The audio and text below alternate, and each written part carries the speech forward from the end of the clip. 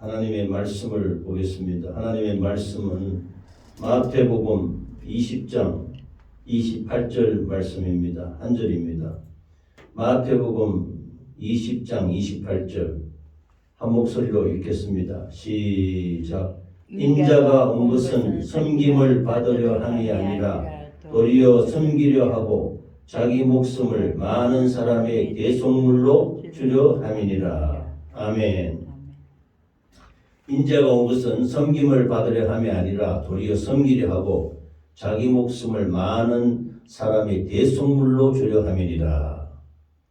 그래서 이 말씀하고 조금 연관이 있는지 모르겠는데 신앙생활이라는 제목으로 함께 은혜를 받겠습니다.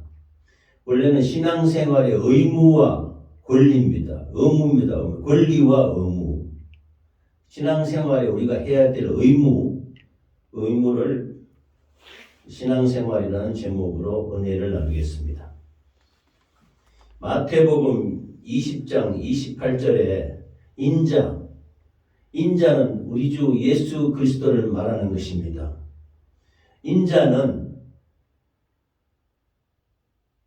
죄가 없는 사람, 말씀이 육신이 되신 사람, 예수님은 누구냐 했을 때 참 하나님이시요 참 사람이다 이런 표현을 합니다.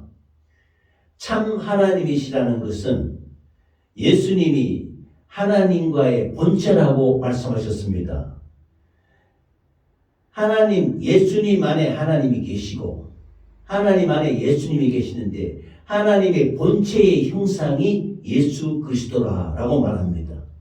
이 하나님의 본체이신 예수 그리스도께서 말씀이 이 땅에 육신으로 오기 위해서 말씀이 육신이 되어 우리 가운데 거하심에 아버지의 독생자의 영광을 보니 은혜와 진리가 충만하더라 이렇게 말씀하셔서 2000년 전에 동정녀 마리아에게 말씀이 잉태해서 이 땅에 참 사람으로 오셨습니다. 그래서 그 참 사람이 인자입니다. 인자. 우리 사람을 보고 전체적인 이 표상으로 나타낼 때를 인자라고 합니다. 그러나 우리 인간은 인자가 될 수가 없습니다. 죄가 있는 상태에서 원죄 또 우리가 짓는 자범죄, 고범죄, 죄로 말미암아 참 사람이 될 수가 없습니다. 그러나 인자가 온 것은 즉 참 사람이신 예수 그리스도가 이 땅에 오신 것은 섬김을 받으려 함이 아니라 도리어 섬기려 하고 자기 목숨을 많은 사람의 대속물로 주려 함이니라. 예수님이 이 땅에 죽으러 오셨다는 겁니다. 우리의 대신 속죄하는 어린 양. 그래서 아까 광고로 제가 성막에 한번 우리가 순례를 한번 갔으면 좋겠다 이렇게 했잖아요. 성막이 바로 성전을 예표하는 것인데 성막은 곧 예수 그리스도를 나타내는 예표입니다. 표상입니다.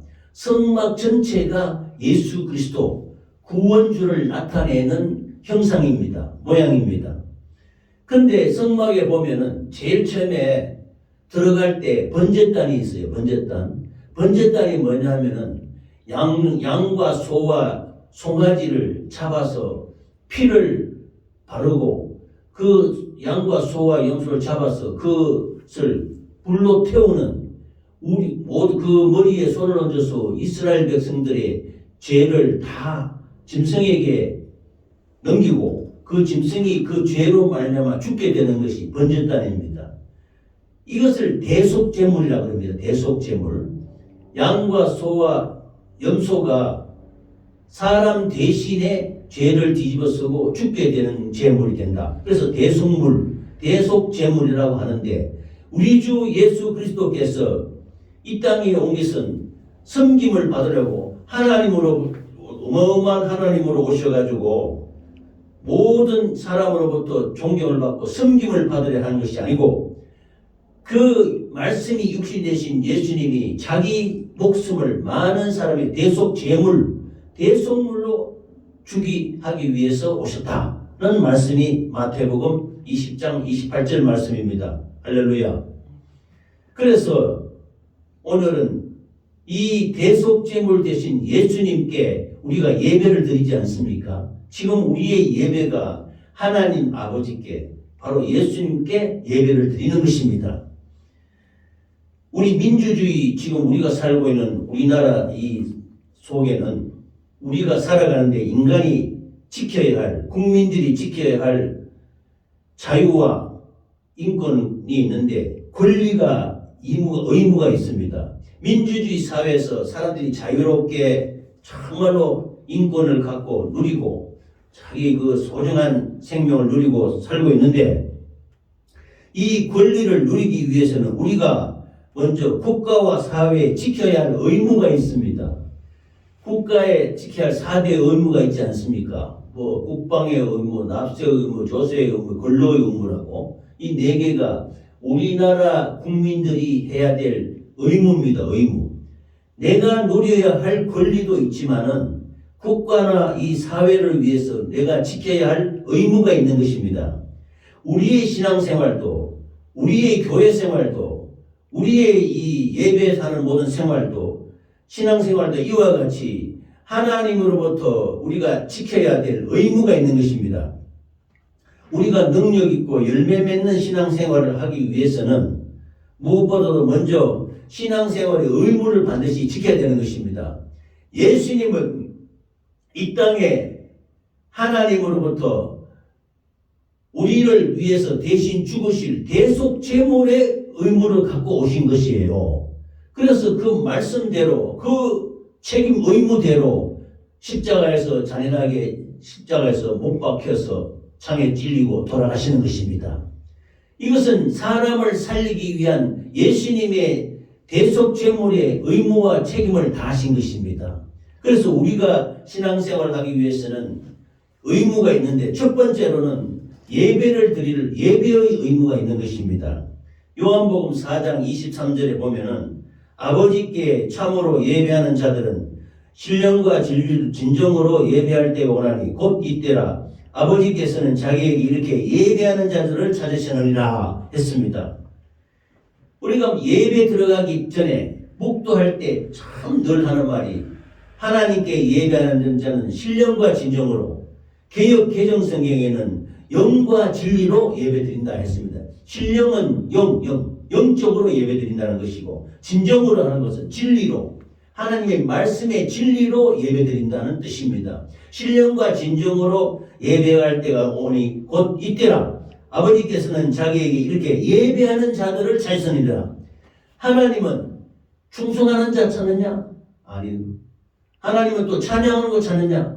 제일 중요한 것이 예배하는 자를 찾는다, 하나님이. 그래서 하나님이 불꽃 같은 눈동자로 지금도 우리를 살펴보시면서 우리의 예배가 정말로 생명을 다해서 예배드림으로 말미암아 하나님이 찾으시는 저희들이 되시기를 바랍니다. 그래서 예배하는 자를 하나님이 찾는다는 말씀입니다.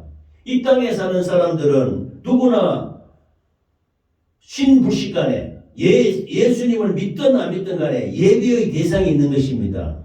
어떤 사람은 인간을 예배하기도 합니다. 저 북한 공산당 김정은, 김일성, 김정은, 김정일, 김정은, 김치 세세 왕조는 멸망에 가증한 것이 거룩한 곳에서 있는 것입니다. 하나님이 있어야 될 자리에 사람이 버티고 앉아서 사람으로부터 존경받고 예배 대상처럼 하나님 신처럼 군림하는 것이 북한 공산당이에요. 저게는 멸망받아야 될 가증한 집단인 것입니다. 그래서 사람에게 인간을 예배하기도 하고, 어떤 사람은 황금과 권력을 예배하기도 하고, 또 어떤 사람은 과학을 예배하기도 하고, 유교나 불교 이런 기타 종교를 보면은 하나님이 아닌 대상을 예배하는, 우상에게 절하고 숭배하는 예배가 또 있는 것입니다. 그러나 우리는 만왕의 왕이시오, 참 하나님이시오, 참 사람이신, 또 우리를 구속하시고 대속하신 예수 그리스도를 믿는 사람들은 끊임없이 하나님 아버지께 예배하는 것입니다. 할렐루야. 그래서 우리는 하나님 아버지께 예배하는 의무를 가지고 있다. 그래서 이 예배에 정말로 생명을 다해야 되는 것입니다. 가장 소중한 것이 예배입니다. 예배 시간에 집중하지 못하고, 예배 시간에 마음을 쏟지 못하고, 예배 시간에 잡념과 졸음과 또 예배 시간에 악한 생각에 젖어 있으면 이거는 참 하나님이 받지 않는 예배입니다. 아브라함이 양 잡고 소 잡고 비둘기를 잡아서 하나님께 번제를 드리는데, 양 잡고 소 잡을 때까지는 잘 됐어. 그런데 비둘기는 다 번제를 드린다는 것은 짐승을 조각을 내가지고 내장을 다 훑어내고 그 안에 내장과 똥과 모든 이런 것을 다 밑에가 태워버리고 피를 들고 피를 뿌리고 이렇게 예배를 드려야 되는데, 비둘기를 예배드리는데 비둘기를 자르지 않는 거예요. 그래서 그게 예배를 하나님이 받지 않으시고 그 비둘기들이 예배할 때는 실패를 했다, 예배를. 그래서 막 연기가 나고 이렇게 해서 그로 말미암아 이스라엘 백성들이 너와 너 후손들이 430년 동안 애굽에 종살이를 하게 되리라, 이런 하나님의 말씀을 받게 되는 것입니다. 물론 그것은 나중에 하나님의 섭리 가운데 이스라엘 백성들을 창대하기 위한 방안도 있지만, 아브라함이 예배를 실패함으로 말미암아 그 후손들이 430년 동안 애굽에 종살이하는 비참한 그런 참혹한 결과를 가져오게 된 것입니다. 믿음의 선진이 예배 한번 잘못 드려서 이런 엄청난 결과가 온 것도 사실인 것입니다. 그러므로 우리는 하나님께 끊임없이 예배 드리는 예배가 정말로 생명을 다하는 예배가 되시기를 예수 이름으로 축원합니다. 이것이 첫 번째 우리가 지켜야 될 의무인 것입니다. 두 번째는 우리 자신을 정결하게 하고 성결케 해야 되는 의무가 있는 것입니다. 누가복음 1장 75절에 보면은 종신토록 주의 앞에서 성결과 의로 두려움이 없이 섬기게 하리라 하셨도다 라고 말씀했었습니다. 시편 51장에 보면 다윗이 못된 짓을 해서 그 자기 부하 우리아를 잡아 죽이고 그 아내를 대신 빼앗은 못된 짓을 했는 짓이 나옵니다. 제가 처음에 회개할 때 이 시편 51장 말씀을 들고 많이 울기도 하고 많이 회개를 했습니다. 왜냐하면 시편 51장은 다윗이 바세바를 끌어들여서 범하고, 물론 나중에 바세바의 몸에서 태어난 솔로몬이 다윗의 일을 이어서 왕이 됩니다만, 그건 하나님이 불쌍히 여기셔서 이어준 것이고, 그 당시에는 정말로 우리아라는 충성스러운 부하를 전투에 앞장세워가 죽이게 하고 그의 미망인인 바세바를 뺏어서 자기 철을 삼았단 말입니다. 이런 못된 짓을 하는데 선지자 나단이 들어와서 어떤 사람 집에 양 10마리 있는 사람이 양 1마리 있는 그 양을 뺏어가지고 나오는 대접해서 먹어버렸다. 그러자 다윗이 그 그놈이 누구냐 하니까 나단이 바로 당신이 그 사람이요. 그러자 다윗이 그 자리에 무릎을 꿇고 통탄하면서 회개하는 것입니다. 이렇게 그 하나님의 선지자가 다윗의 잘못을 지적하자 다윗은 즉각적으로 무릎을 꿇고 이게 하나님한테 처참한 이 죄구나. 주여 내 죄를 용서해 주십시오. 정한 마음을 창조해 주시고 정결한 영을 새롭게 해 주시소서. 이 찬양 노래도 있어요. 시편 51장에 대한 찬양을 정결한 마음을 주시옵소서. 정한 마음을 창조하여 주시옵소서. 나를 쫓아내지 마시고 주의 성령을 거두지 마소서. 이 하나님한테 부들부들 떠는 겁니다.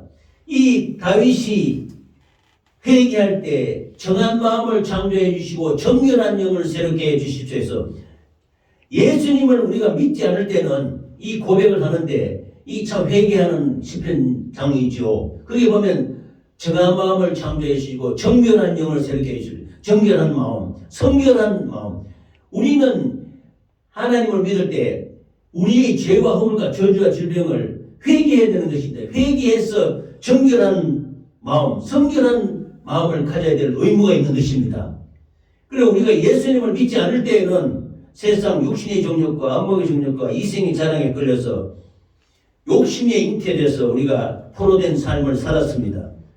그러나 우리가 예수 믿고 난 후에는 달라져야 되고 또 실제로 달라졌습니다. 그전에는 내 욕심대로 내 마음대로 내 자행자재하며 하나님은 모른 채 내 욕심으로 살았지만 이제는 예수님 중심으로 살려고 하는 것입니다. 왜냐하면 우리는 사망에서 생명으로 옮겨갔기 때문입니다. 그래서 우리는 항상 우리 영혼과 우리의 마음과 우리 육신을 같이 영혼육이 정결하고 깨끗한 상태로 하나님 앞에 나와야 되는 것입니다. 할렐루야. 그래서 우리는 사망에서 생명으로 또 죽음에서 삶으로 또 마귀의 자식에서 하나님의 자녀로 변화되었기 때문에 우리는 정결한 삶을 성결한 삶을 살아야 되는 것입니다. 할렐루야. 그러므로 우리는 하나님 앞에서 하나님 자녀답게 하나님의 백성답게 언제나 거룩하고 성결하게 살아야 될 의무가 반드시 있는 것입니다. 그러므로 우리가 아무리 정결하게 산다 그래도 세상 살아가느라 하면 욕심도 있고 입으로 지은 죄, 마음으로 지은 죄, 생각으로 지은 범이 있기 때문에 하나님의 존전에 와서는 주여 우리가 한 주간도 이 모양 저 모양으로 죄악 가운데 살았던 것을 예수님의 보혈의 피로 씻어주시면서 먼저 성결하고 정결해야 될 의무가 있는 것입니다. 그렇게 한 다음에 하나님께 나아가는 것입니다. 할렐루야. 그래서 정결의 의무가 있다는 것을 명심하시기 바랍니다. 할렐루야. 세 번째는 말씀을 읽고 배우고 듣고 말씀을 지켜야 할 의무가 있습니다. 디모데후서 3장 15절에서 17절 말씀을 들으면 또 어려서부터 성경을 알았나니 성경은 능히 너로 하여금 그리스도 예수 안에 믿음으로 말미암아 구원에 이르는 지혜가 있게 하느니라.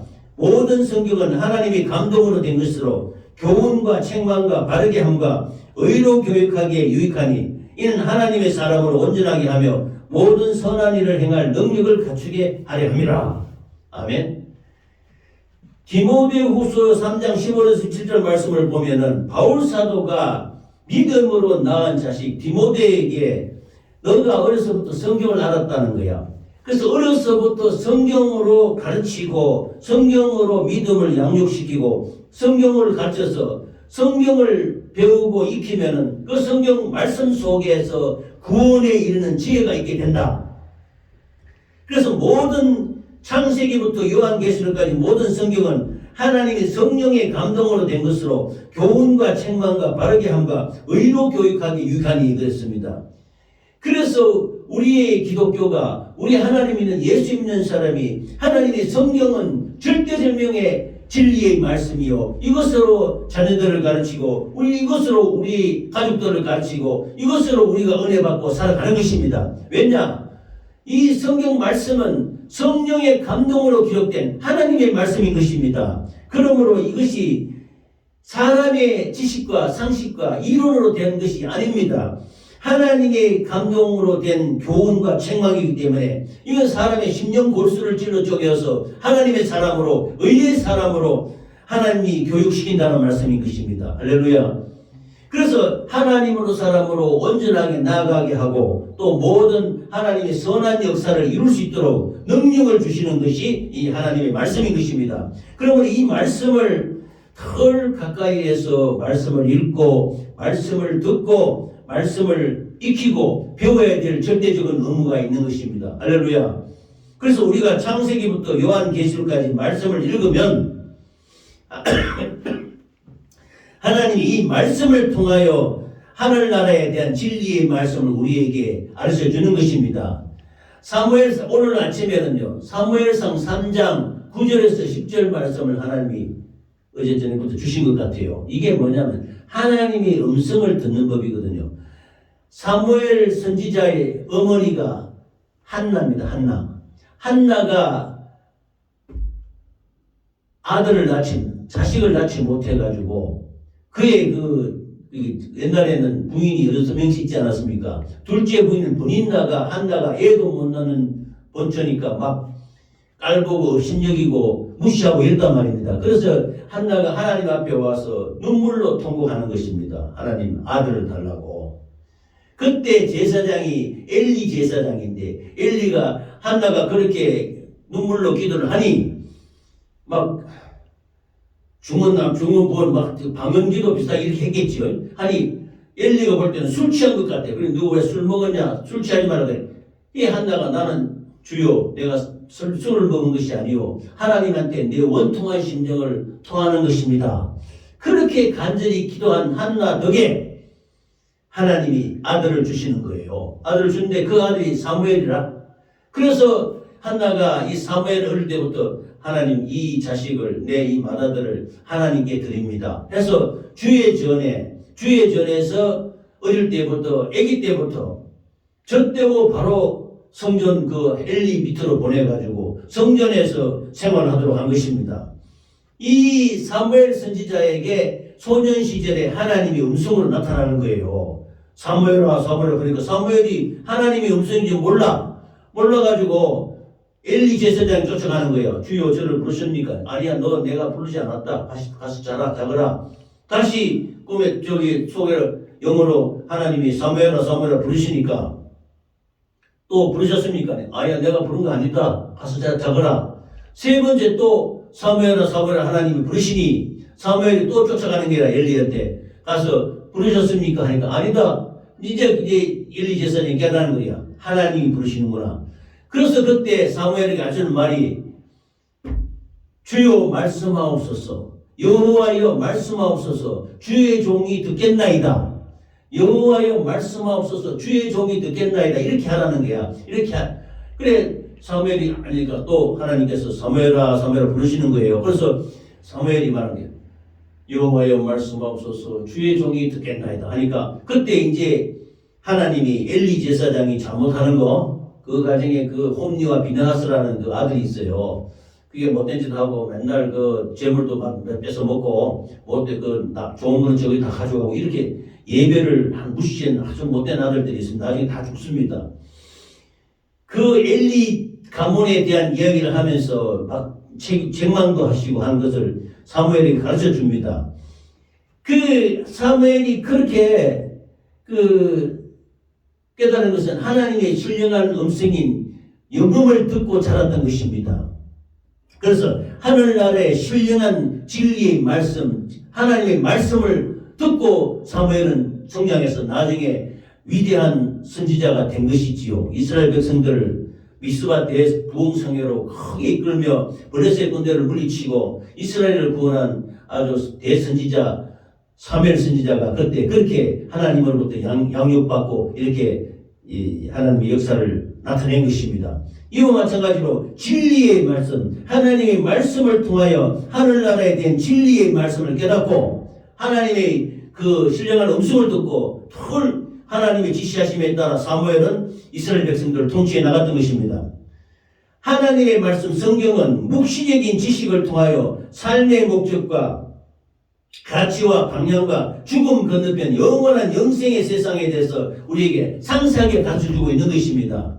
창세기부터 요한계시록까지 제가 그동안 말씀을 소중하게 위해서 우리 김영복 사모가 성경책을 사주셔서 거기 여러 번 샀는데 첫 번째 성경책은 지금 없어졌지 않았습니까? 오래돼서 그랬는데 그 다음에 통독용 성경을 사서 계속 지금도 성경 읽고 지금은 이제 개역개정 성경을 통해서 계속 읽고 있지 않습니까?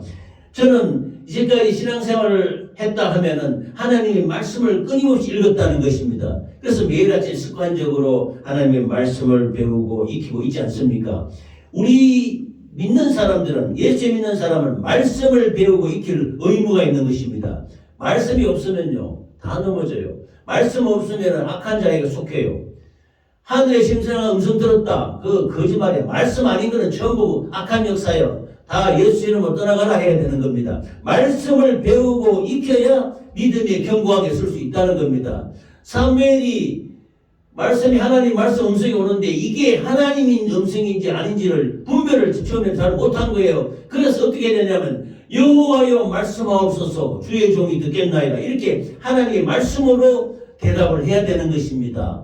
그래서 하나님의 신령한 진리의 말씀은 이 말씀으로 분별해야 되는 줄 믿습니다. 할렐루야. 그래서 말씀을 배우고 익히고 행할 우리 의무가 있는 것입니다. 할렐루야. 네 번째는 우리 성도들에게는 기도해야 될 의무가 있습니다. 기도에 대해서는 참 저 자신이 부끄럽게 생각하고, 사무엘 선지자는 내가 기도 쉬는 죄를 범치 않겠다 하고 이스라엘 백성들에게 다짐을 했거든요. 그처럼 사무엘은 앉았다 하면 기도요 하나님 말씀을 음성을 듣고 기도하는 것밖에 없습니다. 사무엘이 기도하면요 마른 땅에 하늘에서 우박이 떨어지고 우레와 번개가 쏟아지고 했다며. 그래서 사무엘 선지자를 이스라엘 백성들이 엄청 존경하고 우리를 보고 두려워했던 것입니다. 기도하면 하나님의 역사가 바로 나타나니까 그런 놀라운 능력을 나타낸 것입니다. 여러분, 이것이 전부 기도의 능력인 것입니다. 예수님이 오전 예배에도 제가 말씀드렸습니다. 제자들이 귀신이 들린 아이를 쫓아내지 못하고 제자들이 절절 매니까 예수님이 귀 먹고 오던 그 귀신아 나가라 쫓아내고, 제자들이 우리는 왜 하지 못했습니까? 기도 외에는 이런 유가 나갈 수 없느니라 이렇게 말씀하신 거예요. 그래서 빌립보서 4장 6절에서 7절까지 보면은 아무것도 염려하지 말고 다만 모든 일에 기도와 간구로 너희 구할 것을 감사함으로 하나님께 아뢰라. 그리하면 모든 지각에 뛰어난 하나님의 평강이 그리스도 예수 안에서 너희 마음과 생각을 지키시라 했습니다. 이만큼 기도는 우리의 중심을 지키고 하나님께 간구로 말미암아 하나님의 역사를 이루게 하는 것이니 감사함으로 하나님께 아뢰시기 바랍니다. 그래서 하나님이 기도할 때 우리에게 평강을 주시고 우리의 마음과 생각을 담대하게 지켜주시는 것입니다. 기도라는 것은 하나님이 영적 호흡이요 하나님과 대화인 것입니다. 하나님의 자녀라고 하면서 하나님과 대화하지 않고 말하지 않는다고 하면 하나님의 자녀라고 볼 수 없지요. 하나님과의 대화가 기도인데, 그러므로 우리들은 기도의 의무를 지켜서 필요한 것을 주님께 구하고 감사드릴 일은 감사드리며 찬양할 것은 찬양하고 찬미할 건 찬미하고 하나님께 영광 돌릴 것은 영광 돌려야 되는 것입니다. 이것이 기도의 제일 중요한 것입니다. 영적인 호흡인 기도가 없이는 하나님과 교통할 수가 없고 하나님과 화평을 누릴 수가 없는 것입니다. 하나님의 뜻을 알려면 기도를 해야 되는 것입니다. 또 아침에 새벽에 일어나서 기도하면 하나님이 말씀을 통해서 감동 감화 주시기도 하고 이렇게 은혜를 내려 주시는 것입니다. 할렐루야. 그 다음 우리가 마지막으로 우리에게 주시는 것은 오전 예배에서 제가 강조했습니다. 복음 전도입니다. 전도의 의무가 있습니다. 마가복음 16장 15절에 보면 너희는 온 천하에 다니며 만민에게 복음을 전파라. 그래서 이 마지막 그 뒷절이 오전에 말씀드린 믿는 자에게는 그렇게 전할 때 온 천하에 다니며 만민에게 복음을 전파라. 이렇게 전파하면은 믿는 자에게는 이런 표적이 따르리니 내 이름으로 귀신을 쫓아내며 새 방언을 말하며 뱀을 집으며 무슨 독을 마실지라도 해를 받지 않으며 병든 자의 손은 나으리라 하시리라. 전파할 때, 복음을 전파할 때 이런 역사가, 이런 권능이 나타난다는 것입니다. 이런 표적이 나타난다고 말씀하시고 계시는 것입니다. 우리는 사람으로 말미암아 하나님 앞으로 인도할 책임이 있어요. 우리 능력으로는 어쩌면 안 될 수도 있습니다. 그런데 그 능력과 권한은 성령님, 하나님께 달려 있습니다. 성령님께서 우리에게 감동 감아 주시고 우리에게 그때 필요한 말씀을 주시고 그때 영혼을, 적당한 영혼을 붙여주셔서 우리에게 믿지 않는 자들에게, 이웃들에게 복음을 전하는 의무가 우리에게 있는 것입니다. 할렐루야. 그래서 너희는 온천에 다니며 만민에게 복음을 전파하라. 사도행전 1장 8절에는 성령이 임하시면 너희가 권능을 받고 예루살렘과 온 유다와 사마리아와 땅 끝까지 이르러 내 증인이 되리라. 성령이 임해야 되는데 성령이 임하고 성령을 모시고 성령이 충만한 가운데 땅 끝까지 복음을 전하는 저와 여러분이 되시기 바랍니다. 그러지 않고는 우리의 지식과 짧은 의견과 소견과 짧은 생각으로는 누구를 설득하겠습니까? 누구에게 하나님의 말씀을 증거하시겠습니까? 그리스도의 비밀과 십자가의 도를 증거하는 것은 성령의 역사밖에 없는 것입니다. 성령께서 우리가 복음을 전할 때, 우리가 말을 할 때 성령께서 역사해 주실 줄 믿습니다. 그리고 그렇게 기도하고 복음 증거하는 저와 여러분이 되시기를 바랍니다. 할렐루야. 그래서 하나님께 전도의 문을 열어주시고 영혼을 붙여주시옵소서. 간절히 기도하고 나가서 복음을 전하는 저와 여러분이 되시기 바랍니다. 할렐루야. 마지막으로는 우리에게는 의무가 또 하나 있는데 섬기는 의무가 있습니다. 섬기는, 그리고 본문 말씀을 돌아갔지요. 인자가 온 것은 섬김을 받으려 함이 아니라 도리어 섬기려 하고 자기 목숨을 많은 사람의 대속물로 주려 함이니라. 오늘의 이 본문 말씀이 마지막 섬김의 의무에 나와 있는 것입니다. 예수님도 하나님의 본체시요 하나님의 형상이신데 그 말씀이 육신인 예수님이 이 땅에 오셔서 하나님으로부터 인정받고 여기 높임을 받고 사람으로부터 숭배받으려고 온 것이 아니라는 겁니다. 아니라 섬김을 받으려 함이 아니라 도리어 섬기려 하고 예수님도 우리를 섬기러 오셨다는 겁니다. 자기 목숨을 많은 사람의 대속물로 주려 함이니라 이렇게 말씀하셨습니다. 예수님이 우리를 섬기러 오셨는데 우리가 무엇이길래 예수님의 제자요 하나님의 자녀요 하나님의 백성이 마땅히 예수님과 같이 섬기고 베풀고 나누어주는 저와 여러분이 되시기를 바랍니다. 우리는 주님을 섬기기 위해서 우리가 봉헌도 하고 주님 앞에 감사도 하고 시간을 내서 또 우리의 몸을 들여서 주님에게 섬기지 않습니까? 또한 그 주님의 사랑을 갖고 이웃에게 복음을 전하고 내 몸까지 섬겨야 될 줄 믿습니다. 그래서 우리가 정말로 예수님을 닮아서 섬김의 의무를 다하는 저와 여러분이 되시기 바랍니다.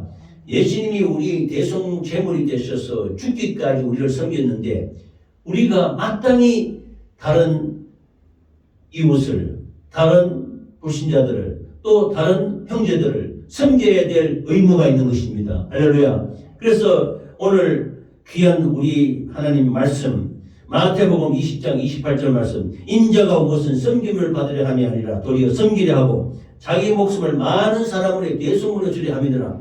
이 속에서 우리가 신앙생활 가운데 지켜야 될 의무, 첫 번째가 예배의 의무, 둘째 정결의 의무, 셋째 말씀을 배우고 익힐 의무, 넷째 기도의 의무, 다섯째 복음 전거의 의무, 여섯째 섬김의 의무가 있는데 이 의무를 다하시는 저와 여러분 되시기를 예수 이름으로 축원합니다. 성령님의 도움으로 주님께서 가르쳐 주신 신령한 신앙의 의무, 이 의무를 다해서 우리를 통해 많은 전도의 열매, 영혼이 또 전도의 문이 열려서 영혼이 붙여지는 저와 여러분 우리 만나교회가 되시기를 예수 이름으로 축원합니다.